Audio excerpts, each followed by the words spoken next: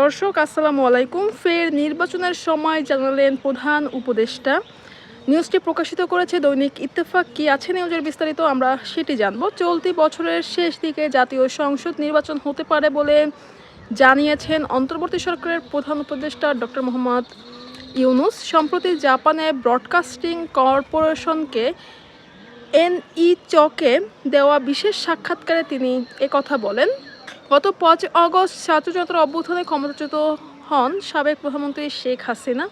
এরপর বাংলাদেশের সরকারের দায়িত্ব নেন ডক্টর মোহাম্মদ ইউনুস।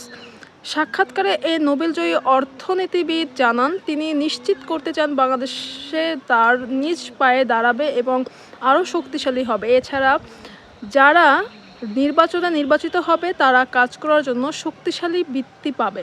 ডক্টর ইউনুস বলেন, যখন আমরা ক্ষমতায় এসেছিলাম ওই সময়ের পরিস্থিতি বললে আমি মনে করি আমরা অনেক দূর এগিয়েছি, কারণ এটি ছিল একটি বিধ্বস্ত সমাজ, অর্থনীতি, রাজনৈতিক ব্যবস্থা, বিচারিক ব্যবস্থা।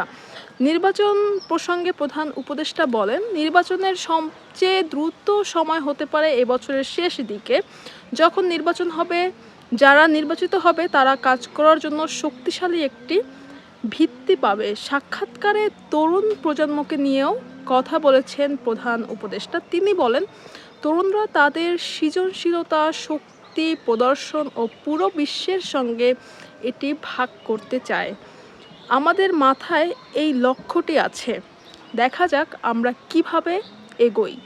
প্রধান উপদেষ্টা বাংলাদেশের সবচেয়ে বড় উন্নয়ন সহযোগী জাপানের প্রতিও সাক্ষাৎকারে কৃতজ্ঞতা প্রকাশ করে। দর্শক, এই ছিল নিউজের বিস্তারিত অংশ এবং সম্পূর্ণ নিউজের সঙ্গে থাকার জন্য অনেক ধন্যবাদ। এরকম ইম্পর্টেন্ট নিউজ সবার আগে পেতে আমাদের চ্যানেলটি সাবস্ক্রাইব করে রাখবেন। ধন্যবাদ সবাই।